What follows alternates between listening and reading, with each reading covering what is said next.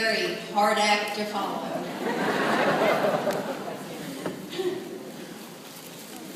Thank you, honey.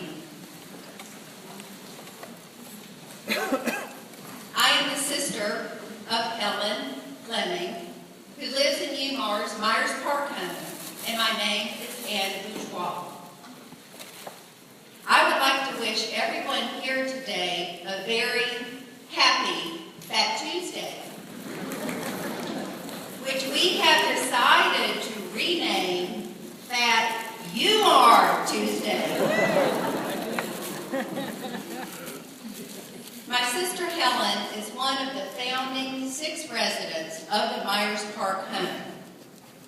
As she said in December of 1989, Helen and 5 other women left their childhood homes for the very first time to move into this group home with one another. While it's nearly impossible to fathom today, they were all at that time strangers to one another.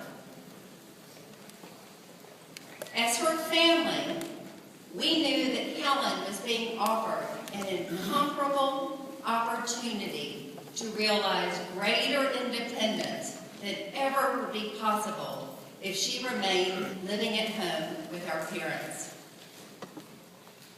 But this was a huge transition, so beyond the comfort zone of Helen or her family. We felt such a range of emotions. There was fear. Would she be safe? Secure? We had anxiety. Will she be happy? There was concern.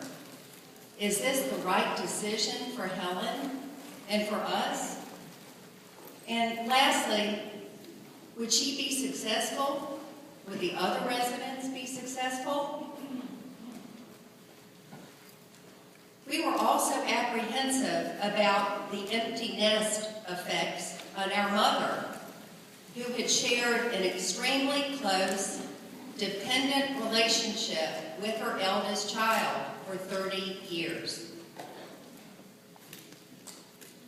When Helen was born, her brain was deprived of sufficient oxygen, thus causing brain damage. Mom and Dad had advocated necessarily for Helen all of her life.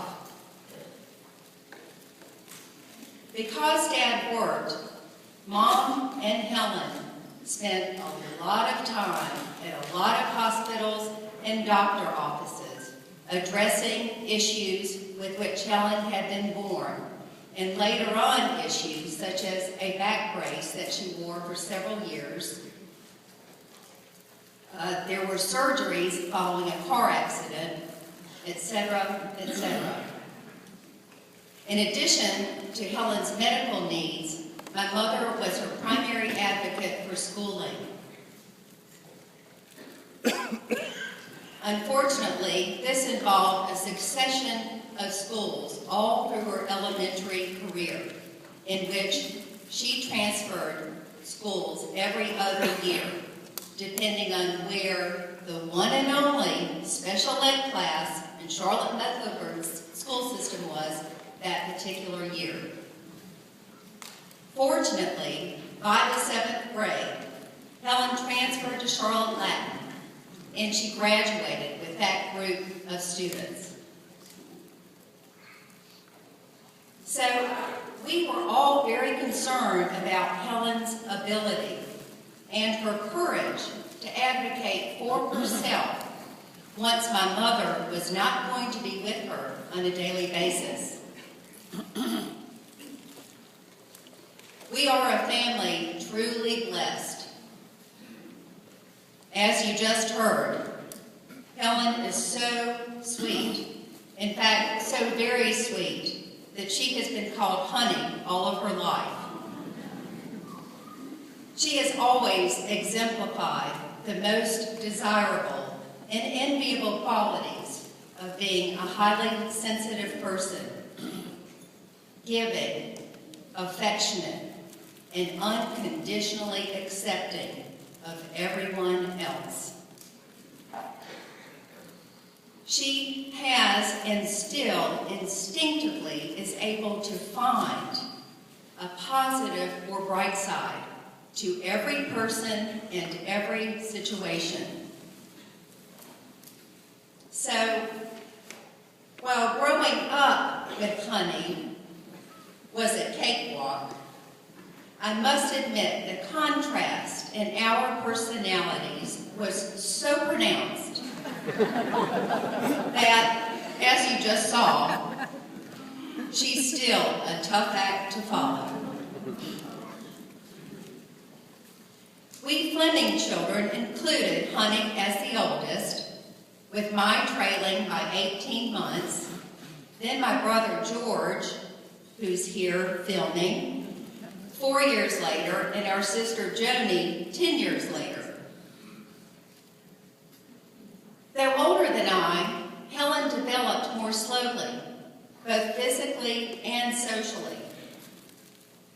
Fortunately, our closeness in age served both of us well. She observed my attempts at trying new things, mimicked them, and learned them herself. Admittedly, I enjoyed the rapt attention of a captive audience who wanted to copy me. She was the dream older sister, passive, agreeable, and delighted to have me lead. Nothing could have pleased this younger sister more. You can hear most of the laughter is coming from my family here in the front. As the four of us grew older, my younger siblings and I enjoyed making friends in the neighborhood and at school. And like most other children, we didn't always think to include Honey.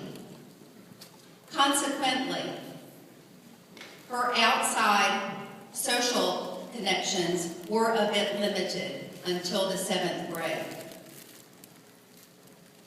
Following high school graduation, there were 10 years before Honey was to move into the UMAR group home. While our brother George and I had flown the coop to college, our younger sister Joni was still at home. She was dedicated to keeping Honey's mind sharp, conducting school lessons at home for her. To this day, Joni is working with students with learning challenges. And as she quotes, "I am most grateful that Honey has been honored as a person deserving a full, rich, and joyful life. We all deserve this. And when one in our community is not born with the capabilities to manage such a life, we are blessed with an organization like UMAR to make this possible." UMAR's holistic approach has facilitated Honey's development as a complete person, emphasizing her abilities and strengths, encouraging her independence, all in a secure, supportive, unconditionally accepting and loving environment. Let me share some specifics about the gifts UMAR has given her the past 22 years. Honey has two families. She has her biological family, and she has her UMAR family. Shouldn't we all be so lucky to have a family of choice? She is strongly bonded to her